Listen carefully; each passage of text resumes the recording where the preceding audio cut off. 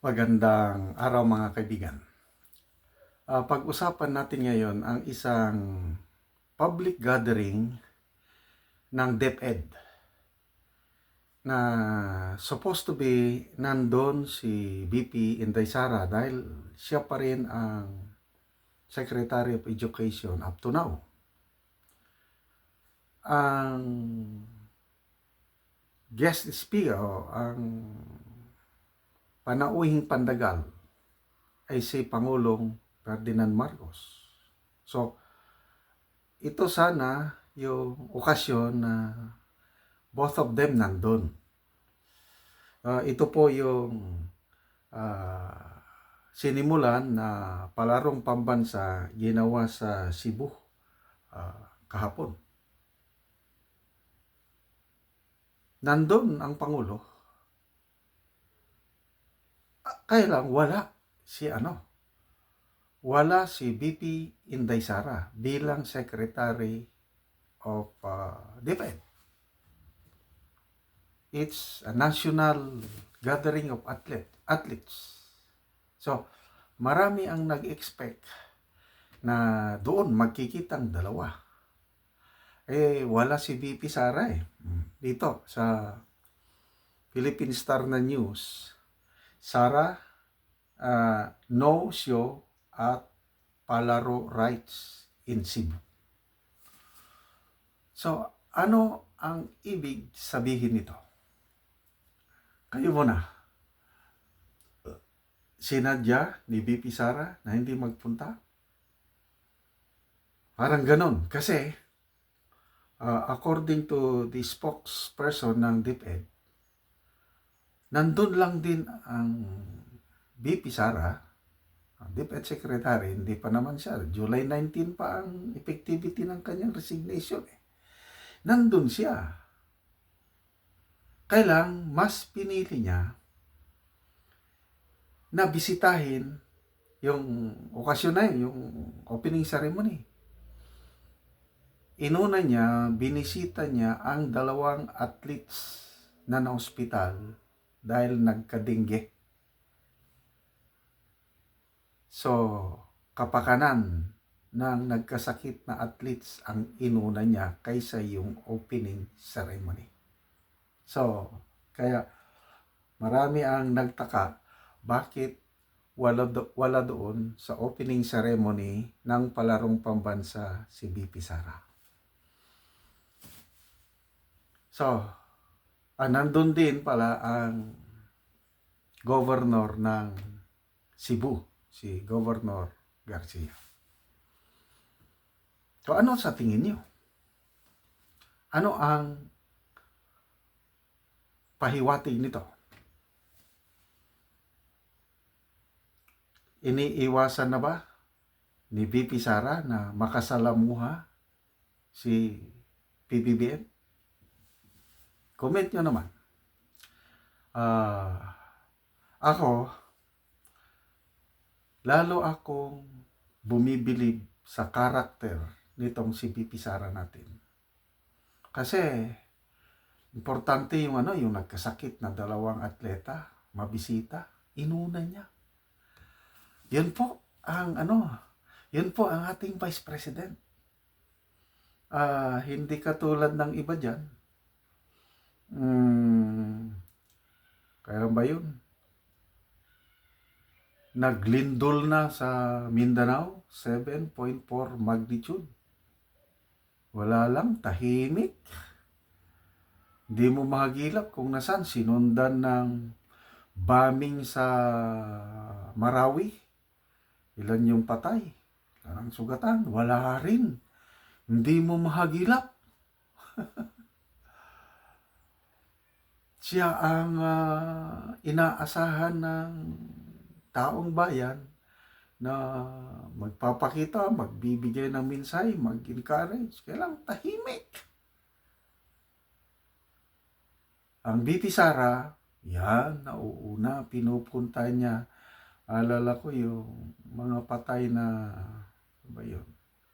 namatay na mga sundalo natin sa Lanao, yung 6 ang namatay.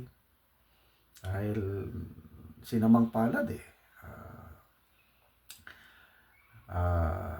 nasa lubong nila ang mga Mauti na terorista. Silang nadali, anim. Nako, ang BP Sara, pinuntahan niya yung burol ng isang sundalo. Napakalayong lugar yun, yung Maranding, Maranding, Lanao del Norte, ano na yun, interior na yun. Kaya lang pinunta niya, gabi pa ata nagpunta, I think hindi gabi. Nako, nabigla ang mga tao doon at doon nila nakita. Iba talaga ang BP Sara. Ano pa, yung na-hospital, ito rin, sundalo rin na wounded sa labanan sa mga mouting terorista sa Lanao. Pinuntahan din niya at kawawa ang kalagayan ng sundalo doon dahil walang pamilya na nagbisita sa kanya dahil malayo ang pamilya ng sundalo. So, siguro kung may nagbabantay, kapulad niya sundalo. Tapos, ayan, bisitahin ka ng Vice President. Wow! Nakaka-inspire na yung mga ganun, ano? Meron pa yung namatay na pulis I think sa Bohol. Pinuntahan niya, madaling araw na yun. Pinuntahan niya. So, nakaka-believe, like father, like daughter. Kasi ganon din si PRRD nung presidente siya. Ganon, kahit kafgo lang. Kung kafgo, wala na yun. Hindi na nabibisita ng mga matatas na opisyalis ng bansa. Ay lang, kafgo, pinupuntahan ni PRRD noon.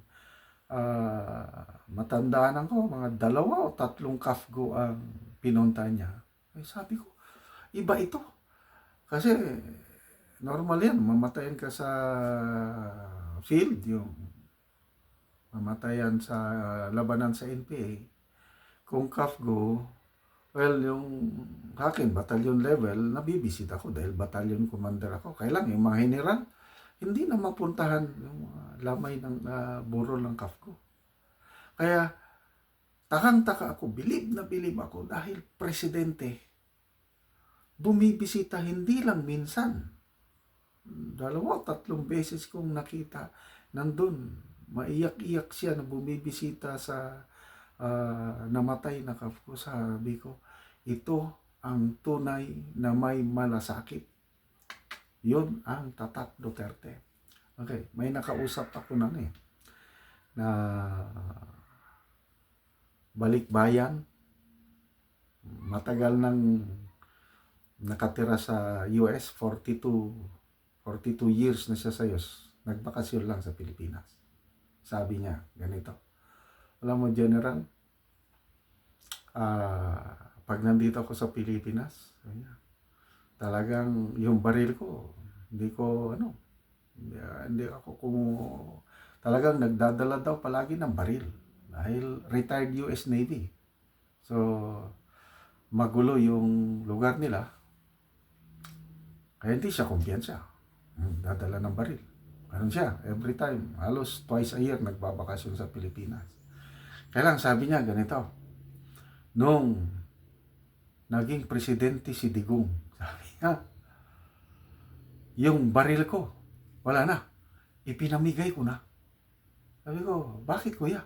Ay nako, ang tahimik ng lugar namin, talagang nawala yung mga drug addict, nawala ang mga, I can really feel the change. Sabi niya, napaka-safe na ang lugar namin.